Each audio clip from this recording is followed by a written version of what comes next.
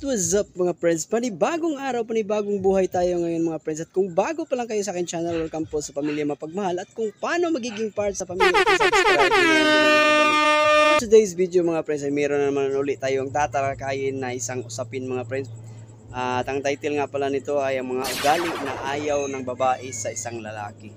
Sa relasyon, importante talaga na maging compatible kayong dalawa, yung tipong nagsasabihan kayo ng inyong problema at alam nyo kung paano i-comfort yung isa't isa. Yung tipong siya yung magiging pahinga mo at the end of the day. So, ano ang mga ugaling ito?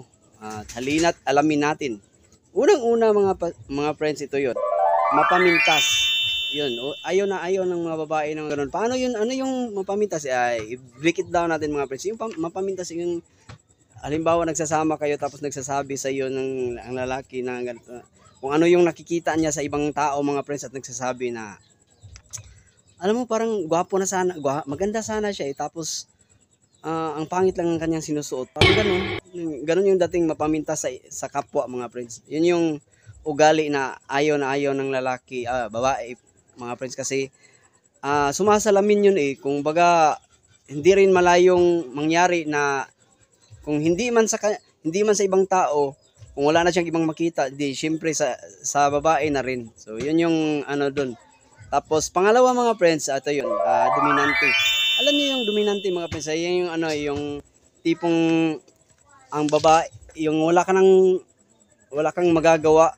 Gusto niya yung pala kung saan siya pupunta, nandyan siya, yung ibig sabihin ko mga friends, yung kumbaga yung hawak niya sa liig, parang ganun.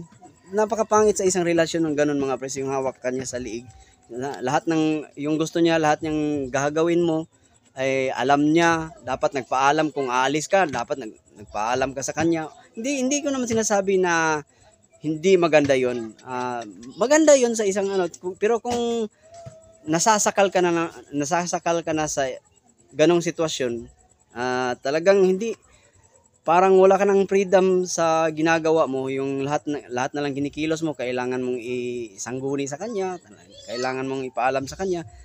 Yun mga friends, at napakapangit ng ganun, yung yun yung essence ng pagiging dominante mga friends, yung dapat kahit sa papaplano, gusto niya siya yung kung nyari yung nagpaplano siya sa pamilya ninyo, gusto niya siya talaga yung nangunguna.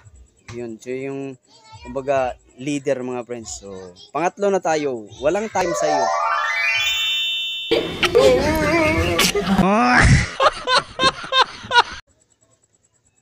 Yung walang time sa iyo mga friends, at napakapangit pag ganun mga friends. Yung yun pa naman yung pinaka-importante sa isang relasyon, yung may time kayo sa isa't isa kahit anong mangyari sa isang araw.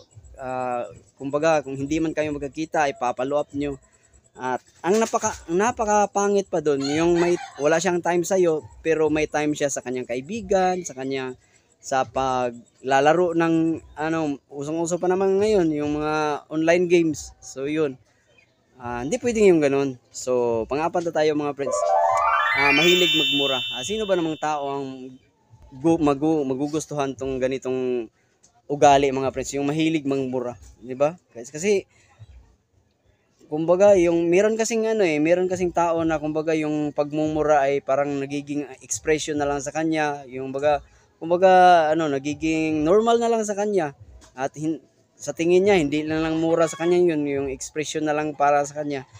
Yun yung napakapangit talaga. Yung halimbawa yung magsasama kayo, lalo na pag nag-aaway kayo, yung sinasabihan ka ng hindi maganda sa isang karelasyon, di ba? Napakapangit nun kasi kung nangyayari yun na nagiging syuta pa lang kayo, hindi malabong mangyari yun pag kayo ay magiging mag-asawa na.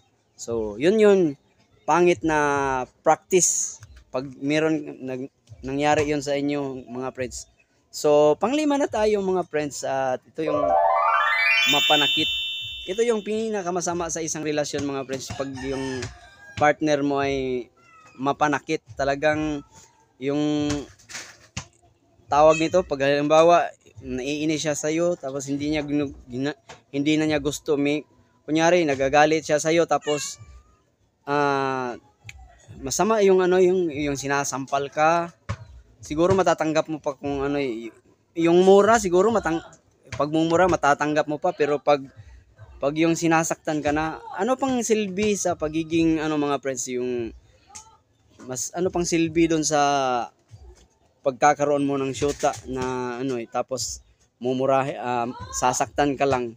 Talagang napakapangit nun mga friends. At yun, ganun lang kaikli yung ating video mga friends. At gusto ko lang anyayahan mga friends, so kung sinong merong merge dyan na nagmamakaawa sa inyo, pwede nyo yung mga friends, pwede nyo gawing dito sa channel ko mga friends. Kung gusto nyo ipapromote sa channel ko mga friends, walang problema yan, kahit wala ng bayad, basta't meron